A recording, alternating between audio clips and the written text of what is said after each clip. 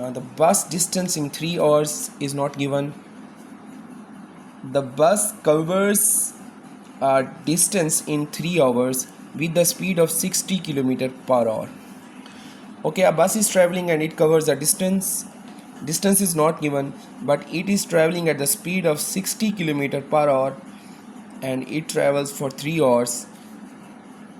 How much time will it take to cover the same distance with the speed of 80 km per hour? So now if we are going to find the, now first of all we have to find the distance, and formula for the distance is you can say speed multiply time. What is speed? 60 and time is 3 hours.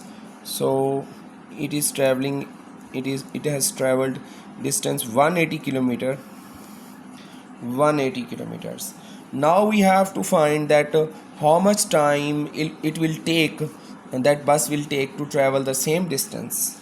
So now so formula is speed will be equal to distance over time.